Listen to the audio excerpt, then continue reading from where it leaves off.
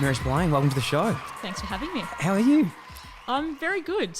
I feel like it's good to be out and about again and doing things that I enjoy and getting back into, travelling and seeing people and all of that. So I'm pretty good. And you're just saying you're away with cricket. Where were they recently? Yes, we were just away in Perth for a couple of weeks, finishing off the Sheffield Shield, which was great.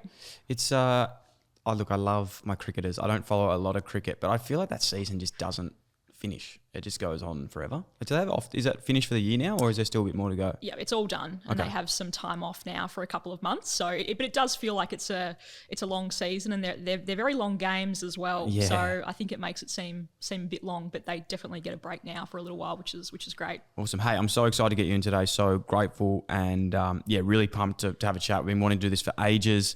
Been a massive fan of your work, and just say firstly, thank you so much for coming in. You are everywhere.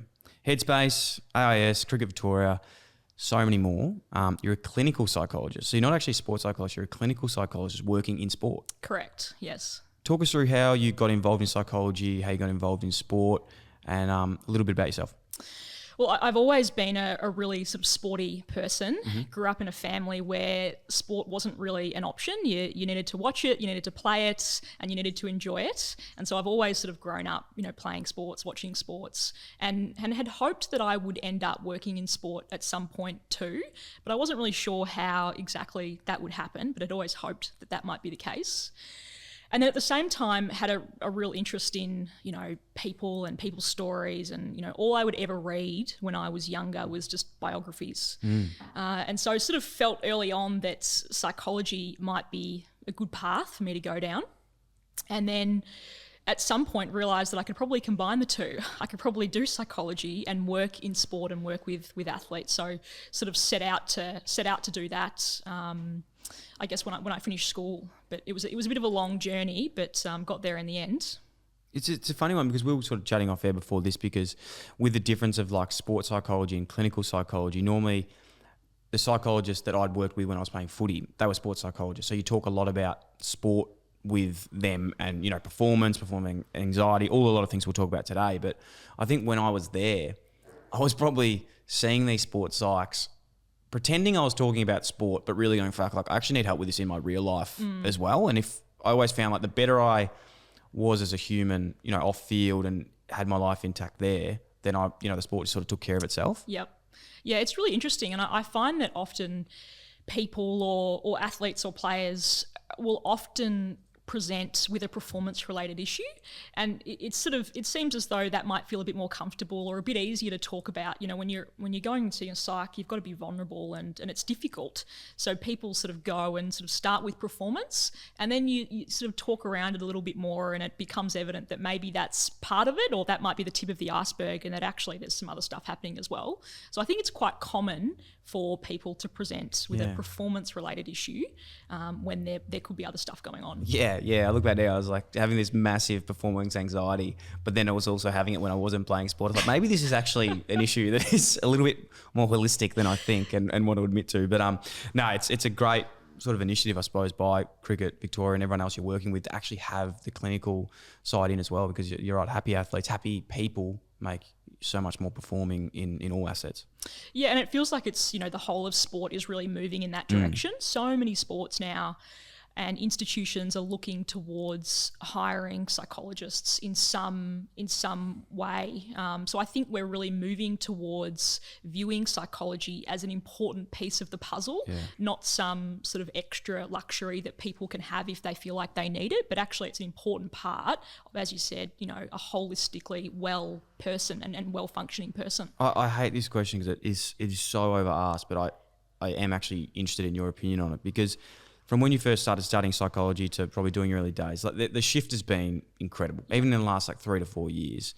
Talk us through like your role day to day at Cricket Victoria, for example, or anywhere else at the AIS, what you'd actually do, and how busy are you? Because when sports psychs got introduced into footy maybe 4 or 5 years ago, I reckon they weren't doing a whole lot because players were too scared to go and even sit down and have a chat with them. But now you struggle to even get a booking. Yes, yeah. It's a bit of a crisis in some ways. I love variety, and that's always been the thing that's helped me stay engaged. So I like to do a few different things at a time.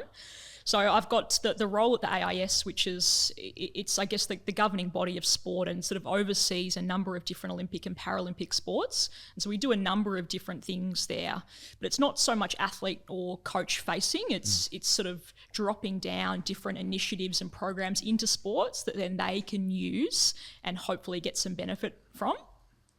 So there's, we have a national mental health referral network where we're triaging athletes out to psychologists and psychiatrists. We run education, we try and do some research. So there's quite a bit happening within that role.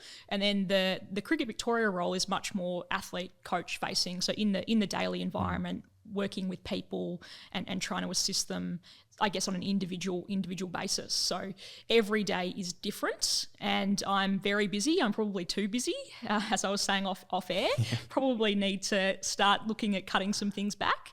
It's great to have so much variety and do different things. So we talk about Cricket at Victoria, for example, because that's probably more of a hands-on role with like seeing athletes or any other sporting team that you work with in the past. What does that look like for you? Is it the one-on-ones? Is it talking to the group after sort of wins? How does that sort of correlate that role into sport? Yeah, look, it's essentially just working with human beings within a sporting context. So people, they're like, I guess, everyone else, and they have all sorts of things that go on for them off the field, in terms of relationships or stresses or health issues or whatnot. And then there's also on-field performance issues or issues that are directly related to what's happening within their sport. So, injury, non-selection, those sorts of things. So I guess it's working with individuals around whatever they need, essentially. So I don't sort of go in there and prescribe what's needed, but rather, figure out what people are needing and try to support people with where they're at. Yeah. What are some of the most common things, I suppose, and without talking, names and people, but in your opinion, what are some of those common things that athletes, and when we say athletes today, like if anyone's listening, think people, humans, like yourself, anyone that's not playing, for footy, cricket, basketball, just people in general. What do you think are some of the most things people come to see you with that might be struggling?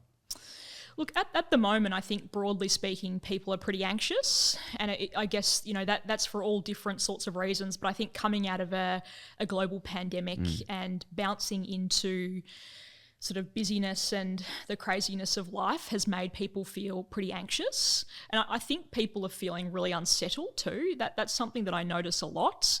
And you see trends overseas about what's happening with people, and there's talk of great resignations and, relationship breakups and all of these things where people are just feeling a little bit unsettled and not content. And so I think that is probably one of the things that I see a lot of at the moment is people trying to figure out, okay, we've just been through this really difficult time. What next? What do I need to do, or how do I need to feel okay again? And that comes through, quite a bit. It's a very broad question here, but what is something we can do?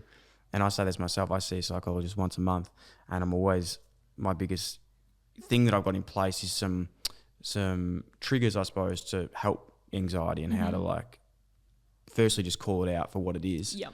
What are some of those tips and tricks you'd put in place to sort of reduce anxiety? I think the key is awareness to me, is really understanding your anxiety and looking at it. So often with anxiety, the temptation is to avoid it, avoid thinking about it, avoid exposing ourselves to it, and just sort of getting away for it whenever we can. Whereas I think the first step is actually being curious about your anxiety. So like you said, what kind of triggers your anxiety? When does it pop up?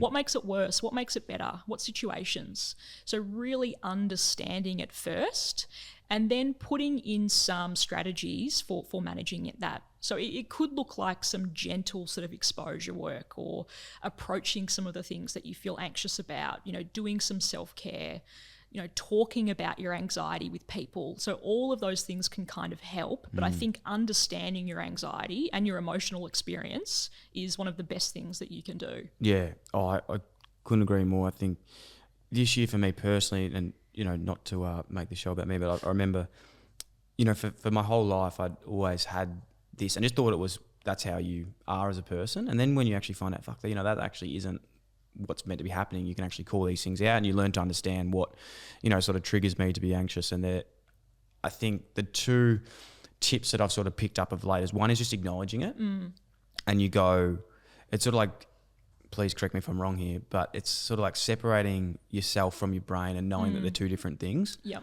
And going like, that's not you, that's not your thoughts, that's just your anxiety like creeping in. You need to just acknowledge it, and you go, oh, okay, cool, that's not me. Like, I'm not having those thoughts myself. Yep. And the other one, which I actually learned this from TikTok, funnily enough, it was from, and This is a worry. This is a worry, isn't it? Yeah, it's a real worry. It's a real worry. So correct me if I'm wrong. But I found this so beneficial of late. And it was like, when I get into a bit of an anxious spiral, I'm feeling uneasy, I write down my problems, I write down the situation on a piece of paper, and I cross off the ones I can't control. And then the ones that I can, I go, okay, well, these are the things I need to do to feel better. Yep, I like it. TikTok's onto something. Is that onto it? Yeah, is TikTok right? Yep, I like it. I think, that's one of the things that just creates anxiety and where things can spiral is when we do focus on the things that we cannot control. Yeah. It's all of this wasted mental energy. Oh my God. That then we find it difficult to actually problem solve or to acknowledge the things that we do have some control over. So I think that's a really practical strategy. I really like it, of writing things down, crossing off the things that you can't control, and then focusing on what you can. I'm what you would call, and I'm sure there might be someone else listening out there that has this. I'm what you call a catastrophizer. Yes. But I can really take a situation that is quite minimal, and I will find the worst case situation that could ever happen from that, and then nearly tell myself that it's happened. Yeah. But I think it's like a survival sort of technique, because for me, maybe with like losing career, like jobs and careers, I always go, all right, what's worst case? What's worst case? What's worst case? But now it sort of creeps into going, you don't actually have to think like that. Yeah. You can actually find other ways to deal with problems. Do you find that you would label your thoughts where you would kind of go, oh, I think I'm catastrophizing here? No, not until recently. Okay. Which has been a massive help, because I used to catastrophize and just, you're so oblivious to what's actually happening. You're not knowing that you're actually doing something. Yeah. But now that, I do that, I'm able to go, all right, fuck, chill out. Like, you're catastrophizing, you've got anxiety. You need to just like, no, that's not you, label it, and then I can do my list. Yes, yeah. And I feel a bit better. Yeah. I often talk to people about this idea around primary and secondary emotions, and that primary emotions are our first response to something. So if something happens and it makes you feel anxious, perhaps you've got a really busy day ahead and that brings up some anxiety for you, we might call that a primary emotion, in that you're feeling a little bit fearful about your ability to get that done. They're kind of helpful emotions to listen to, and they usually guide us to where we need to go. And then what people often do is engage in these secondary emotions, which are emotions about our emotions. And I think they're the part where all of the distress and sort of discomfort comes from. So you're feeling anxious about the day that you've got ahead, and then you start going, I shouldn't feel this way. I shouldn't feel anxious.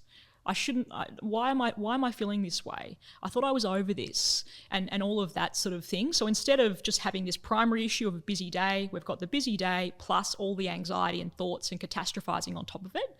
And I think that idea of labeling what you're experiencing helps you stay with the primary emotion. Just the primary. That's really interesting. Really interesting. Yeah. There's a lot of reasons I can think back to now that I wish I stayed in that space, because you can so easily just get caught up in your head and you just go on this roller coaster. Yeah. And if you don't have that trigger to break you out of it and label it, yeah, it is really, really difficult to learn. And that's something I have learned by seeing it. It's like, it's not something you're going to listen to. Today might be a little bit of a lesson in a podcast, but that is something you actually have to go and really learn how to do. Yeah, yeah, and practice as well. And practice, like you said. Yeah, it becomes a habit, really, doesn't it? Yeah, exactly. Yeah, even in reflection, you might have had a difficult day where you really struggled, and if you think about these things after the event, so what happened? Why was I feeling anxious and overwhelmed?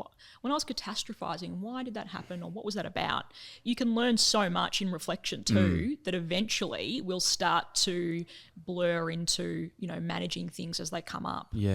Speaking of emotion as well, I found like emotion is really, for me, it's very important. Like, I'm a very emotional person, but I find that sometimes it gets the better of me, and like you can make emotional decisions or emotional reactions to things that aren't. So like, how is that? Is there like another trigger in place that you can go like, all right, I'm an emotional person. There's a situation going. I know that I'm making this situation on emotion. Can you trigger that again and be like, all right, I'm in an emotional decision right now. I need to give this 24 hours to think about it. I think there is, and there are different strategies depending on the emotion that you're experiencing or the reaction that you're having, because every emotion has a different function or a different purpose, and so it might need a different strategy to help manage it.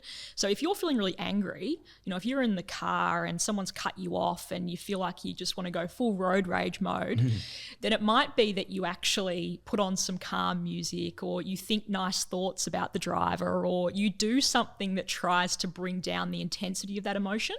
And then likewise, if you were feeling anxious and you really wanted to avoid something and not feel that way, then perhaps you might try and approach things gently, or go closer to those things that are making you anxious gently, and that can help restrict the anxiety.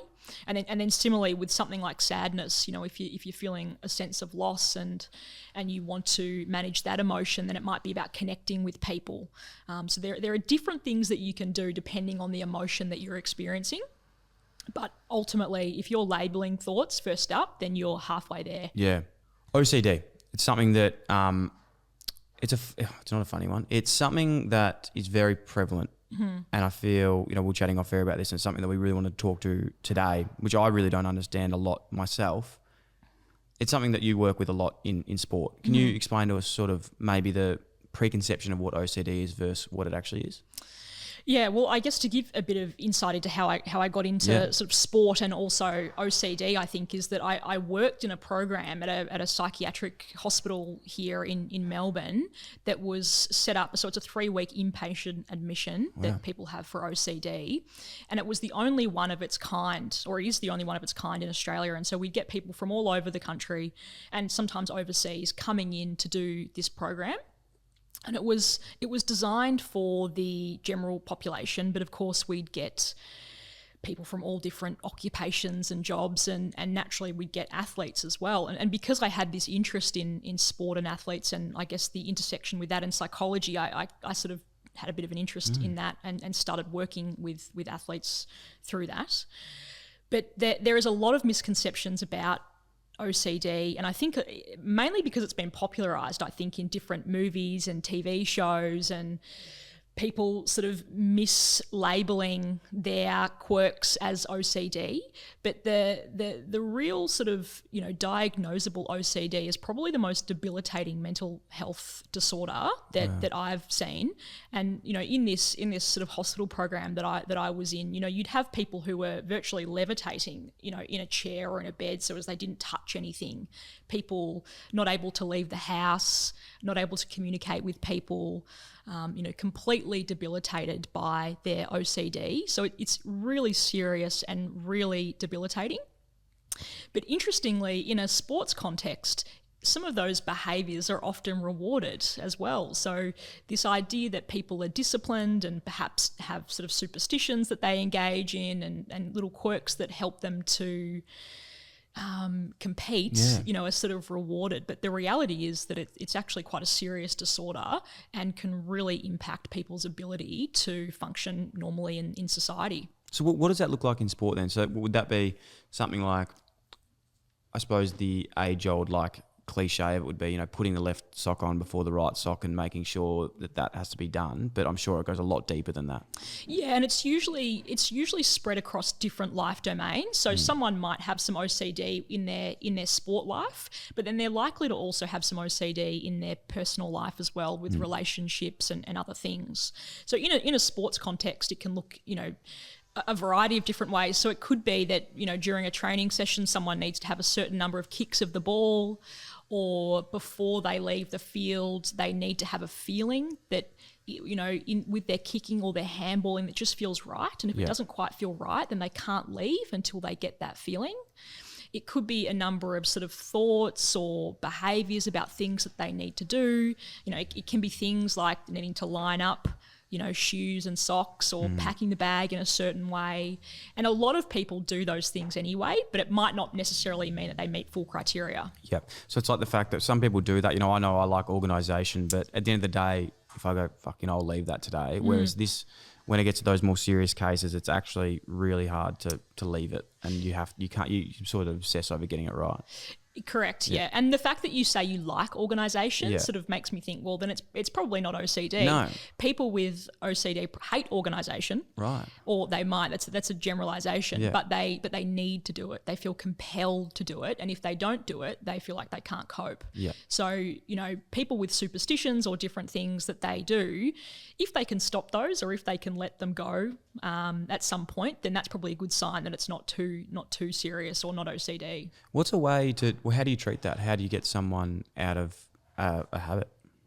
So I guess it's really a lot of education around what OCD is, what works, what doesn't, and then essentially exposing them to whatever they're afraid of. So often people with OCD, they'll have an intrusive thought or an intrusive image or something that they find quite distressing, and then that will make them feel anxious, and then they'll feel like they need to engage in a ritual to stop the anxiety.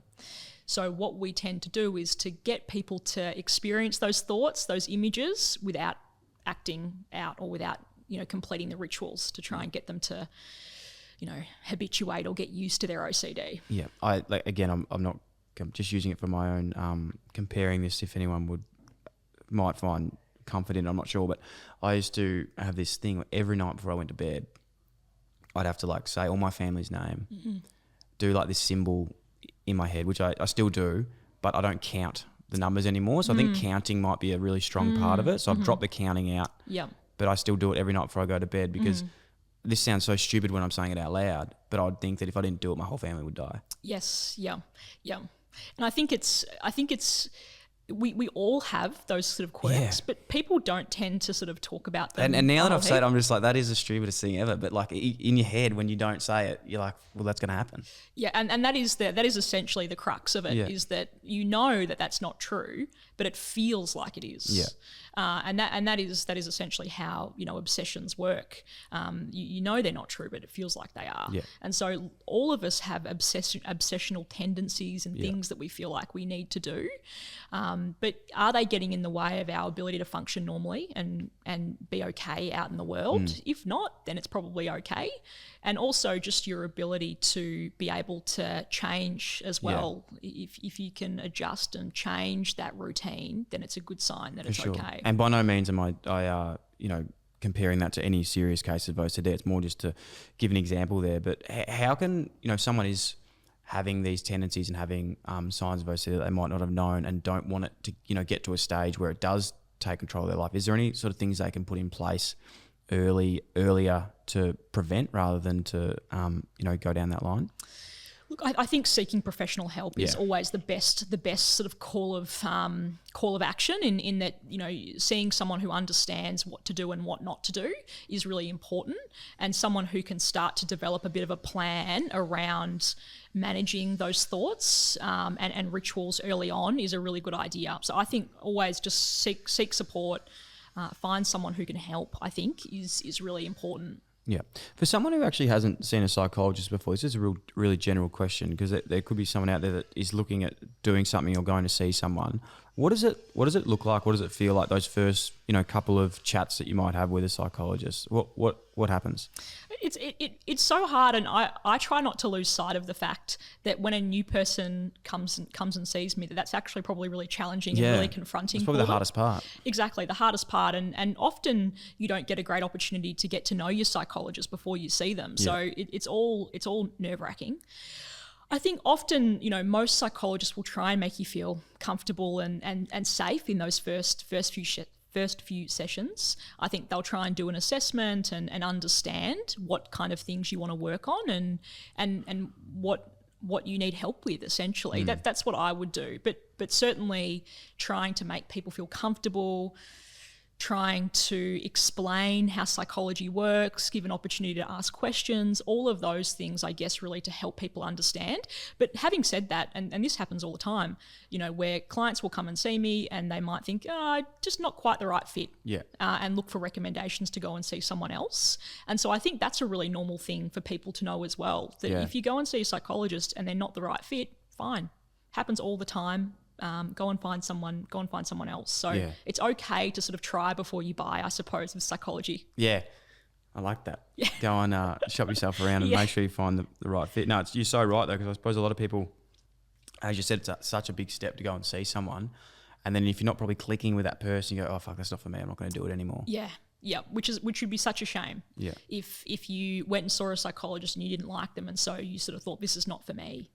And certainly people can call the psychologist or speak to the psychologist and ask them what they're about and how they work and try and get a sense of that before they go and see it. But it is a really hard thing. And like, I always feel a great sense of admiration for people when they go and see a psychologist, because it's not easy, and it's a real act of, I guess, vulnerability and being open, which is not easy to do. How do you deal with being a psychologist, sitting with people all day, trying to find solutions and techniques and putting, things in place with them, and then having to go home and live your own life? I'm sure you've got high points, you've got low points yourself as well. Is it difficult to switch off? Yeah, it's interesting, because that's probably the most common question that I get about working in the field is how do I sleep at night? And it's nice that people care so much about me, but I think I've gotten better over time. Yeah. In terms of figuring out what works for me, and that's probably the case for everyone in their chosen industries as well. That you sort of get a sense for what works. So for me, exercise and eating well, and not sort of drinking too much on the weekends, and staying connected with my friends and all of those sorts of things really help. As a psychologist, we're required to have supervision, so where we go and speak to a more senior psychologist about, I guess, the different cases and different things that we're exposed to, and I think that really helps as well.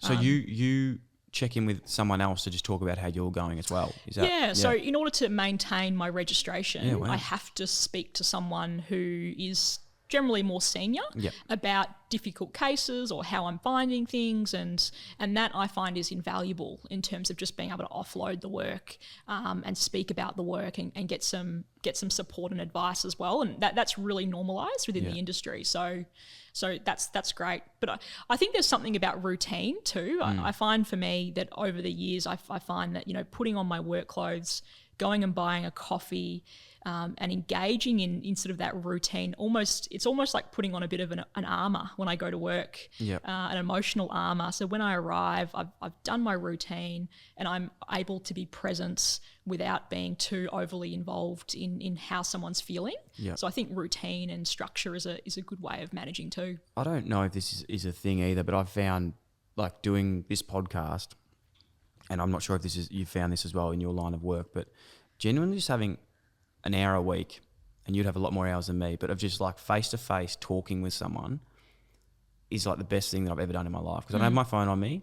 I'm like fully engaged in a conversation. It's probably the most engaged I am all week. And you just have a conversation with someone about everything you're thinking about. It's actually quite like therapeutic. And I would say to anyone, if you don't want to see a psychologist yet, maybe it's just like trying to have more one-on-one open conversations with someone else to keep trying to, build up that confidence and then see someone next. I don't know if that's good advice, but I've found from just doing like a podcast, maybe everyone goes out and start a podcast, you actually get so much, I personally get so much out of just talking to people about things, and I learn from that myself. Yeah, so it's sort of like self-care for you. It's self-care. It's like something. A very selfish way to I don't know, just learn from other people and get out of your own like head. Yeah, I wouldn't call it selfish. I think it sounds like, as I said, it's self-care, and obviously a lot of people also get a lot out of your conversations with other people. But I think that's a really good sign for you about, what works for you too, what helps you relieve stress, or what helps you feel like you're connected and being present. And it's actually doing the podcast, which is great. You know, doing your job, 1 hour a week, or this particular part of it helps you feel connected.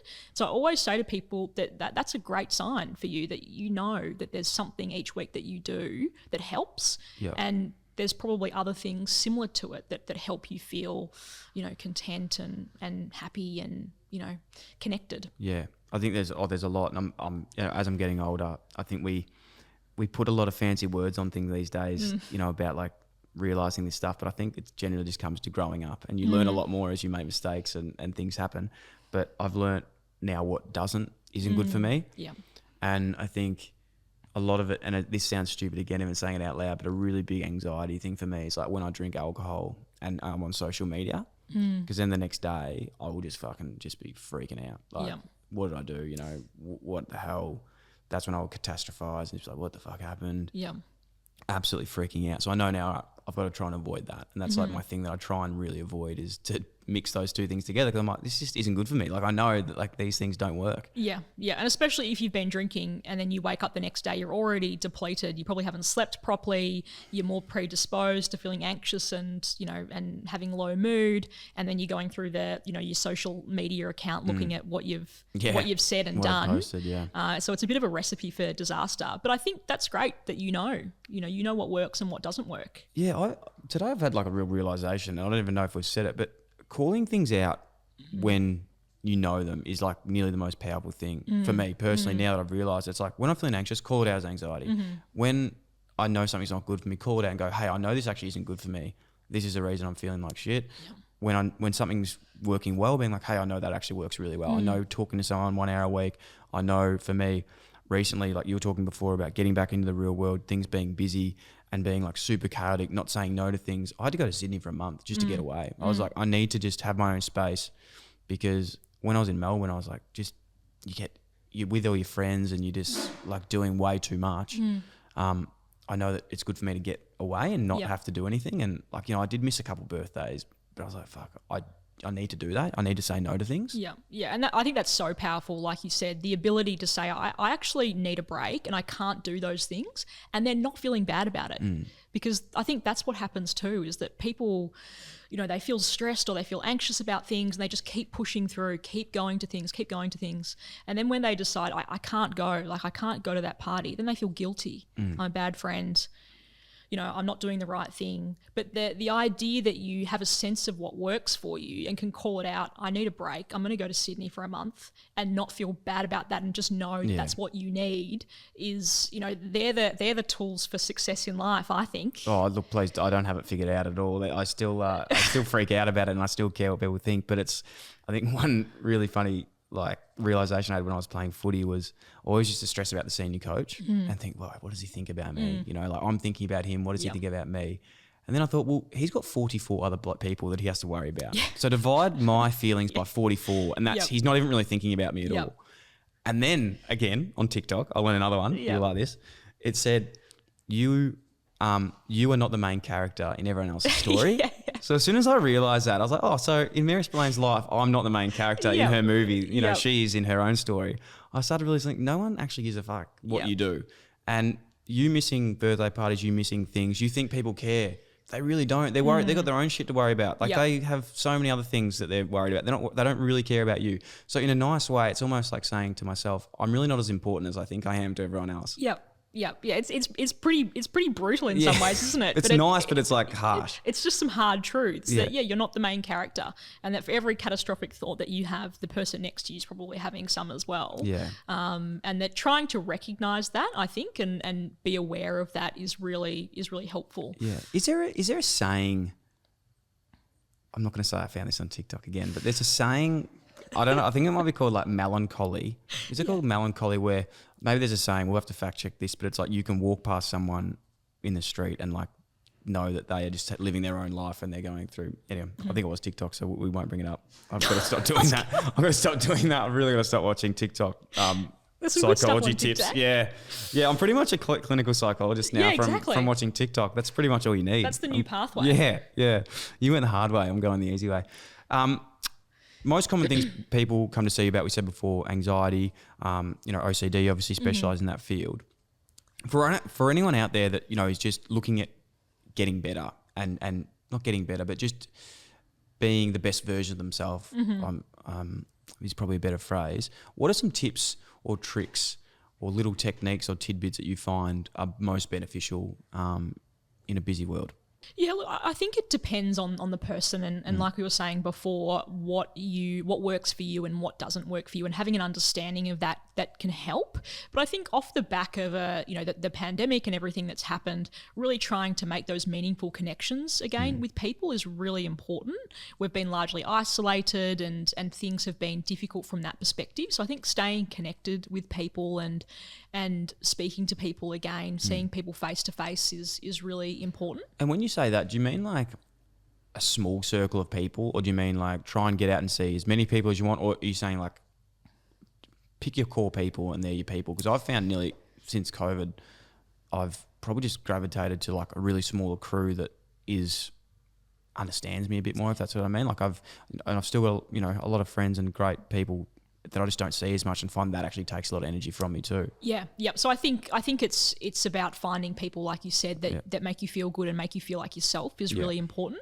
But I think there's a lot to be spoken about finding something that you enjoy and finding the kinds of things that you feel passionate about as well, particularly after what's happened. So people, like I said, feeling a bit restless, not feeling quite content at the moment. So trying to find hobbies and interests and connecting with those, I think is really important, and finding some joy can really help. But then understanding what, like we were saying before, what makes you feel good and what are some of the things that make you feel not so good, and trying to do more of those good things, I think, is really important.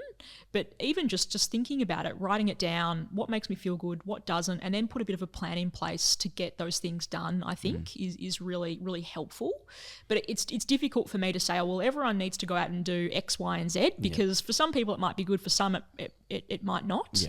So thinking about what works for you and trying to employ those strategies is often really helpful. Yeah, it's a massive one. It's something that I always try and be really clear on, is the fact, like, just because something's worked for me or someone else, it doesn't mean it's going to work for you, and not sort of pushing things down people's throats. More like, look, this is what's the situation, but there's so many other ways. Because the amount of time people have told me to like get into cycling, and I'm like, can you seriously fuck off? Like, I hate cycling so much. I hate it. It's not good for my mind, but people just love it. They're like, I'm in the fresh air, you know, I'm riding a bike. Like, that is not for me. So I think you're so right, in the fact, like, it's finding out what is your thing. For me, I love playing squash. Yeah. It is like high pace, sweat a lot. I have to get out of the house to do it, and I play it with people that aren't my best friends, but I play it with people that I go. So I'm sort of like seeing new people, getting different perspectives. Yep. It's a short, sharp game. I get my sweat on. I get that, you know, endorphins of working out, and I also really enjoy it. Yeah, perfect. So that's exactly it. Is that people are telling you that you should do cycling, and that's what everyone does, but you don't actually like it. So there's not going to be much benefit to you to going and do cycling, but squash and things like that. And like I'm the same. There are some things that I think, gosh, I couldn't think of anything worse than doing that really popular activity. But then there are other things that I find a lot of kind of joy and help me feel relaxed. So it's important to think about those things, in terms of what works for you. How much is, and again, very cliche things, but how much is like getting back to like nature, drinking water, like all these things? Is that actually, do you find works for some people? Like, because I know it works for me, so I'm just saying, I don't realise, I preach on about it a lot. And I know some cases are a lot more serious than just getting fixed with going in nature and drinking water. But is it something that you would say is really good for you? Yourself? Yeah, again, I think if that works for you, then absolutely. And certainly, things like doing a mindfulness exercise out in nature can certainly be really relaxing and help you feel calm and centered. So I think if those things work for you, then absolutely go and do them. And that's, I think, what it comes down to, is what's effective, what works for you. And if being out in nature and feeling connected to the world that way helps, then keep doing it. Mindfulness is something you work a lot with Headspace. What is your mindfulness 101? Like, what works for you personally that you find is really beneficial when it comes to mindfulness? Because I know it's such a big space with so many different ways to do things. And again, back to the story before about seeing one psych and not working. I did some mindfulness and I was like, that's for me, I hate it. Until I had found different things that would work. Yeah. Can I tell you a story about mindfulness? Please. About how I got into it? Please do.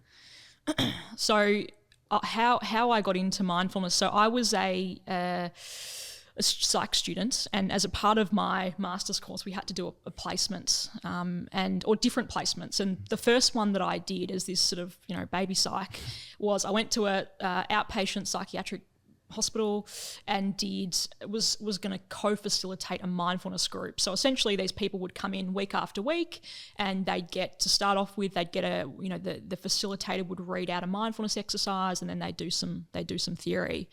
And so my placement was to co-facilitate this. And so for a couple of weeks I observed and thought, I think I've got the hang of this. This seems okay.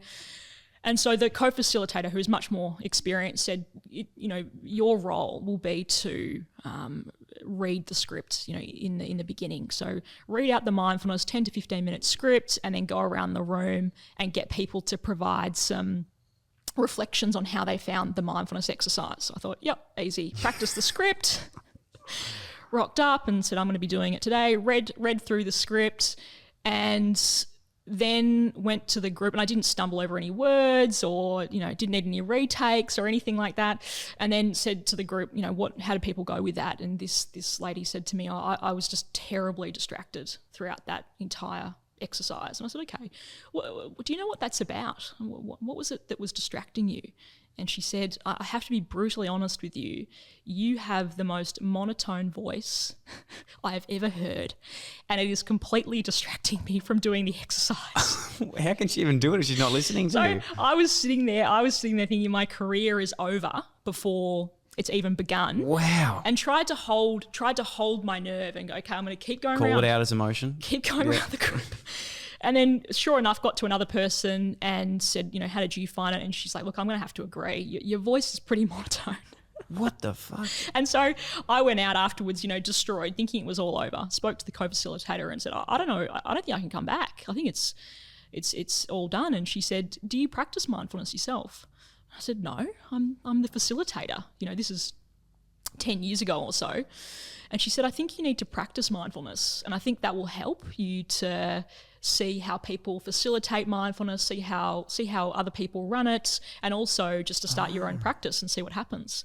And so sure enough, I did that. And that's sort of where I found, my own practice started, was from that moment. And look, my voice might still be monotone. You might get some feedback from listeners that it's not great. I think it's very pluritone. I don't even know what that is. So, yeah. Heapotone. Yeah. But what I found was that it really helped. It helped, I think, in my ability to facilitate mindfulness. Yeah, wow. But it also helped me be able to show up week after week in this group where I'd had this feedback and sort of start to recognise that, well, my voice was my voice and there was not much I could do to change it, but that I could try and change my relationship to my fear around my voice or what I felt my voice meant. So that's sort of where my journey started. And I found I got a lot of benefits quite quickly from doing it. And in terms of managing that primary and secondary emotions, like I was talking before, speaking about before, I found that really helpful. So look, I think, there are different ways that you can practice mindfulness. So you've got formal mindfulness, which is doing, sitting down or standing or whatever it might be and doing a guided meditation, which can be really great. And then there's informal mindfulness, which is just your everyday mindfulness where, you might spend a couple of minutes just paying attention to whatever you're doing in that very moment. And I think a bit of a mixture of both is a good way of structuring your mindfulness practice. Yeah. Yeah. Those informal mindfulness I found personally for me has been huge, because I think with the formal stuff, it's I don't know what everyone's like, but I know some people really love sitting down and doing that for 10 minutes and just they've got their mantra and they can do it. But the informal stuff I found is really cool to be present. So explain, if you could go into that a little bit further about from my knowledge of it, and what I try and do is, if I'm going for a walk, leaving my phone at home and sort of holding my dog's lead, feeling the rope, looking at trees, trying to sense what I can smell, all those types of things is something that I'll try and do.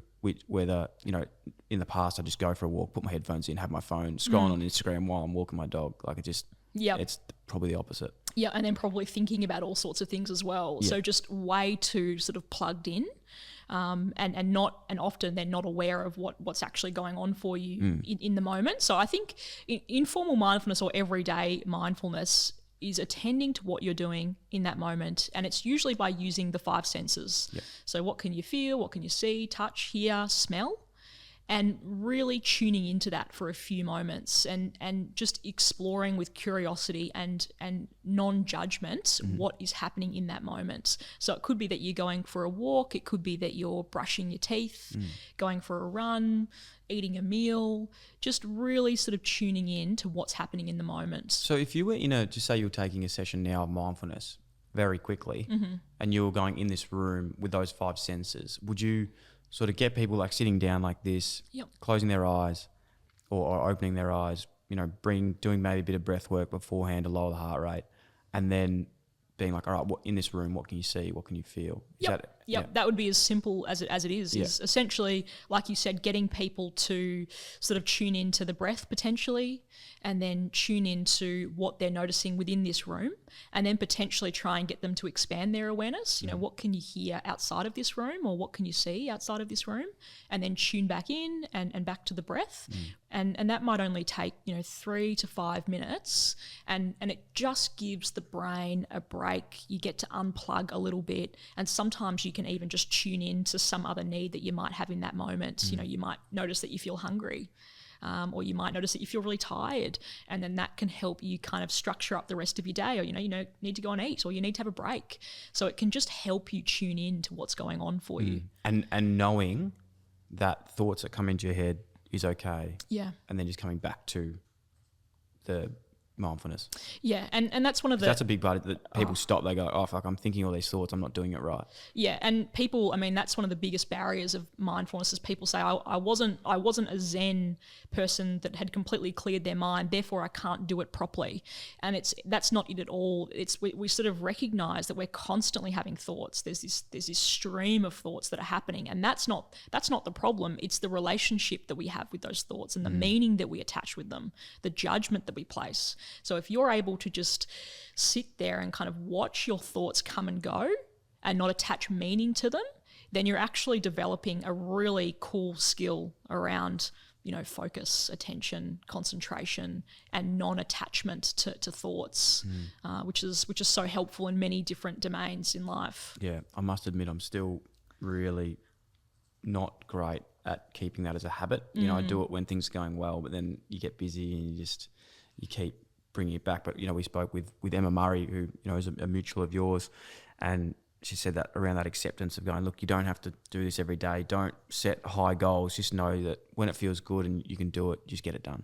Yeah, for sure. And the Headspace app, they've done some research around mindfulness and have shown that within 10 days if you practice mindfulness for 10 days in a row, you will start to notice benefits in terms of increase in positive emotions, and a decrease in stress and those sorts of things. So I sort of say the same thing. You don't need to commit right here and now to a lifetime of daily mindfulness. Just have a crack and see what happens. And often the results sort of speak for themselves. Yeah, so interesting. Anyone listening, I'm going to do that. I'm going to have a crack, a bit better of a crack. The last sort of thing on this, and I don't even know if it really correlates to this, but something I've found has been a big game changer for me with my mindfulness or even just my overall mental health is like language and the way that maybe I think or speak to myself. And it's like that question, like the chicken before the egg. It's like, do you get confidence and feel good about yourself first and then speak to yourself well because you're doing it? Or do you start speaking to yourself before you even feel good and then you start feeling good? And I found like for me, I would just go to myself like, you're a legend, you're doing all these cool things. Instead of going, I'm never going to do that, I was like, I'm not there yet. Like the way that I'd sort of phrase things in my mind. And then lo and behold, like I actually started feeling better and those things were happening because I was sort of saying them, if that makes sense. Like it's like the person going, I'm a dickhead, I'm not going to do it. Is it true that your brain actually can't tell the difference whether you're joking or not? Well, I think you make a really interesting point there around, there's this idea of that we can speak really positive about ourselves. And that sometimes that can not be that helpful. I don't know if that's what you were referring to, but what I try to tell people to do is to just be more neutral about things. If you can be really positive, you can be really negative. And I think the more that we're able to just be neutral about what's happening rather than constantly applying meaning and value, the easier things can be. So, instead of saying, if you have a bad day and you go home and I've had a really shit day, well, the opposite of that is I've had an awesome day. Yeah. And it was excellent and everything went right. Yeah. That's not going to be overly validating. Yeah. So we don't need to replace the negative thought with the positive thought. It might just be, I had a day. I had a day and I'll have another one tomorrow. That's a bit of a revelation for me now, because we always used to speak about like the equilibrium when I think they never get too high, never get too low. And I found that, even though I do try and speak to myself positive, I think I am going a little bit too positively, because you can still find your way that you can crash, rather than just sort of sitting in the middle and going, look, today was a good day, but keep a lid on it. Like, you don't need to get too excited versus going right to the top. And I suppose you just sit more in that middle of the equilibrium rather than going up, going way too high, way too low, way too high, way too low. You're on a roller coaster. Yeah, correct. Yeah. So I think neutral, and it's the same if you've got, an athlete or a player or someone who loses a big game and they think that was terrible. And I'm so disappointed. And then they try and go, okay, that's not the right way to think. I need to be positive about this.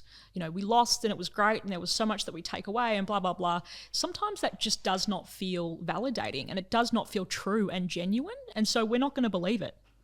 But if you can be more neutral in your language, not negative, not positive, just neutral, and state the facts about things without adding this judgment and value, it is a lot easier to work through things. So I think you're right. We want a bit of a balance, not sort of finding ourselves in the extreme one way or the other. Yeah. And positivity and constant positivity is not the answer and not the cure by any means. True. No, I couldn't. Yeah, like I stuff up with that a lot, and I think I've got to get better at my messaging around that, because the facts are things aren't always good. Correct. And they're not always positive, so you can't always put a positive spin on everything that happens, because sometimes you can't find the positive in some situations. Yeah, exactly. And in some ways, you might be able to, and that's okay. I don't want to completely demonize positivity and say that it's not, but it's just, I think sometimes, when people sort of get stuck around, well, how can I think about this and how can I interpret what's happened? The knee-jerk reaction is to say, think positively.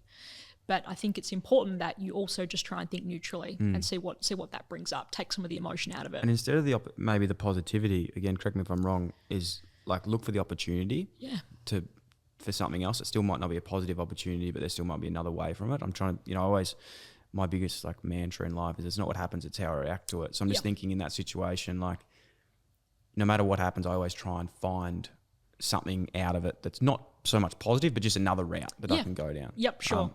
Which is, it's really good. You've really given me a revelation on that whole not to get too high thing, because I think it is a reason why I do crash a fair bit, because I'm just like, it's either 100% sick or fucking terrible. Yeah. And there's got to be something in the middle. Yeah. It's definitely destabilizing. So I think it's an important one. Definitely.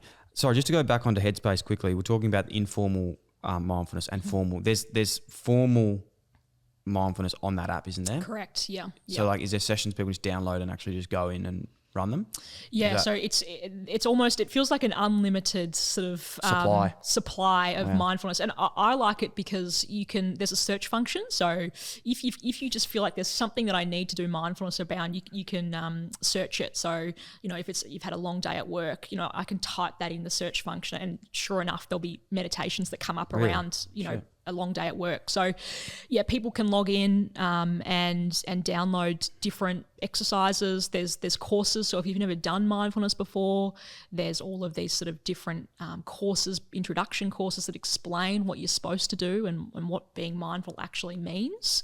So and I think it's a great resource, and they're constantly updating and changing things and trying to make it more accessible. And it's no frills mindfulness. I think that's what I like about it. It's just the nuts and bolts done well, and really accessible. Yeah, awesome. All right, well, I'm sure that's on every app store at Absolutely, the moment. Yep. I'm going to head in and download the hell out of that one. Have a crack. Hey, Mary, you've been incredible today. I just want to know from you, what is next for you? What do you want to do in this space? Is there any goals, anything that you're looking to do in the near future? Where do you want to take your career in the near future? Look, I think I feel pretty happy with how things are going at the moment, and feel really content with what's been happening. And I think, as I said, coming out of lockdown, I worked a lot. filled my time with work. And so I think I'll try and scale that back a little bit as a bit of a goal.